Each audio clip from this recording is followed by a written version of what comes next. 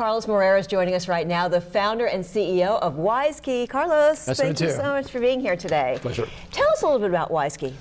WISeKey is a Swiss cybersecurity company. We started in '99, mainly protecting government security. We are the first company in the world doing e-voting for the Swiss population. So they've used our mobile phone technology to vote online. And now we are moving into the United States through an IPO next year. How difficult is it to try to stay one step ahead of what the bad guys out there might be trying to hack into, or cyber threats, that sort of thing? In my case, I was the Chief Security Officer of the UN, so Geneva invented the World Wide Web, where I come from. So we have kind of anticipation. We understand very well from the beginning where the deficiencies of the web and how we can solve them. Later, the evolution of the internet has become a transactional tool, and as a consequence, we need to develop better crypto, better PKI, which is information technology that allows to certify your identities. All that allows us to be one step ahead. But it's a big fight. I mean, hackers are as well trying to hack us all the time, and it's a big fight.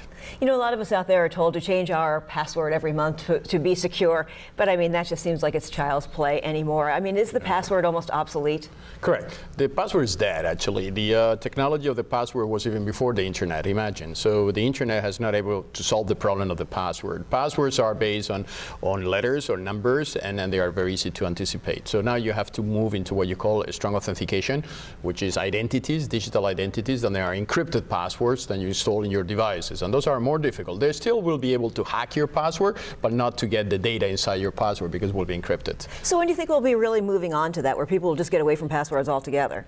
Yeah, this is the only way. I mean, the password, if you keep on password, you will have every month the issues that you had with Target, with the JP Morgan, will be very easy to anticipate. Right. I mean, it's actually text. It's very easy to break a text file. Very easy. Yeah. What nations would you say are leading the charge in advancing their cybersecurity, and how are they doing it?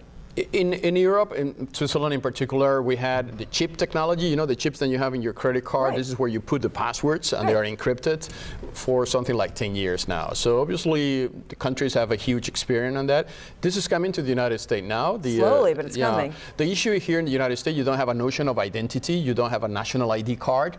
So the only thing you have similar to that will be your social security number. So you need to have the notion of a digital identity before you move into something like a secure password. Without a digital identity, it's very hard to do it. It's very unnerving when we think about cyber threats. Where would you say that the biggest cyber threats are coming from, and what type of threats are we talking about? So you have two types of threats now coming from governments. So this is becoming now cyber war. Yeah, it's a government attacking another government because they want to have some kind of leverage on that. But it's also people. I mean, the technology has evolved so much. The computer capability of a PlayStation 3 and 4 is enough to hack a bank. So technology in our days is very powerful. I mean, you can buy for $3,000 of something that will cost $1 million a few years ago, and with that you can hack anyone. I mean, hacking it's easier because technology has evolved so much, and that's a weapon if that goes in the wrong hands. And I think a lot of people think that when you talk about cybersecurity, you're just talking about computers, but it's really not. It's any data, anything that sends out a signal, correct? Correct. So yeah, because the data is coming to the clouds, and the clouds are not actually clouds. The clouds are data centers sitting somewhere, and people get the illusion that the data is on the cloud. So the transfer of the data from your device to the cloud, which is the data center, is where the interception happens. And Wi-Fi, I mean, you go to a hotel, you go to the cinema, you go to a shopping mall, and you activate a Wi-Fi, but that Wi-Fi is not secure. So any hacker through that Wi-Fi can get into your mobile phone and take your data. Happens with celebrities here in the United States a few weeks ago. So this is going to be a recurrent issue because the data is so easy to intercept. So how do we actually get out ahead of all of that? How do we get secure? You have to encrypt. Encryption is the only way. I mean, people will still hack. I mean, it's impossible to protect mobile phones. Otherwise, you will have to have this kind of army phones that is only used for security.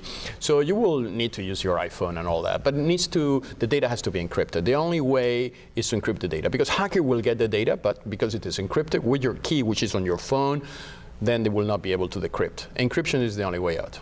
Interesting and scary. It's scary, yeah. But it's great to know that companies like yours are out ahead of this and keeping up with it and getting ahead of these guys doing this. Correct. And I think the awareness is happening. I was mentioned just in the round table about the CEOs of companies are now paying attention to cybersecurity. Before it was a technical issue. So now bank CEOs, board of directors are looking into cybersecurity as a compliance. They have to comply to have their companies ready for cybersecurity. Otherwise, consumers could eventually take legal actions against them for negligence because they were not not able to protect you as a client of the company. So there's a mind shift happening, and I think cybersecurity is going to be $180 billion market by 2018. So obviously, it's going to be many opportunities for everybody to keep the internet safe. Your job will never be obsolete because there are going to be keeping threats and changes and bad guys trying to hack. Yeah. Another issue is personal data. I mean, not only the hacking part, but your personal data is being exposed everywhere, and not only by hackers, by social media companies, and they resell the data later to third parties without your permission. Or views in Europe and in Switzerland in particular, that your privacy, your what you call sphere privée, which is your private sphere, belongs to you. It's like your house. You don't let anybody come into your house. Your house is private, right? You should have a house on the internet which you are private, and people should not be able to get that data.